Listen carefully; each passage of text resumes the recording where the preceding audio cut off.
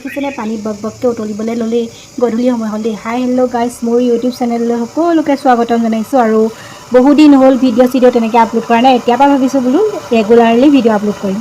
চাই থাকক দেই। চাহ অকণ বনাই পিনি বাকী দেউতাকে দাদাকে দি লওঁ। মই বাৰু নাখাওঁ, খাবলৈ এতিয়া মন যোৱা নাই। চাই থাকিব ভিডিঅ'টো দেই। ঘিলামৰা শনিবৰীয়া বজাৰৰ পৰা দেউতাই আনিছিলে জেলেপি আৰু তাকে উলিয়াইছোঁ টোপোলাৰ পৰা। লগতে বোলো মই যিহেতু চাহ নাখাওঁৱেই, দেউতাহঁতক মিঠাই দিম, এতিয়া মইনো কেনেকৈ ৰৈ থাকোঁ। তাৰে মাজতে দেখিলে নে টিককৈ টেষ্ট কৰি ল'লোঁ এটা।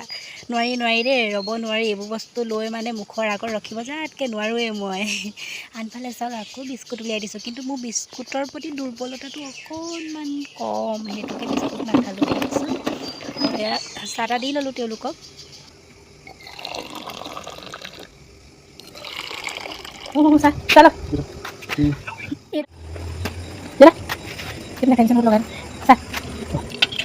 মায়ে আকৌ ভাত ভাজি দালি বনালে, কিন্তু মোক কৈছে তই কিবাকিবি কেইটামান বইল কৰচোন বুলি কৈছে। সেইহেতুকে চাউতকৈ আহি ইয়াত দেখিছেনে পাতি দিলোঁহি।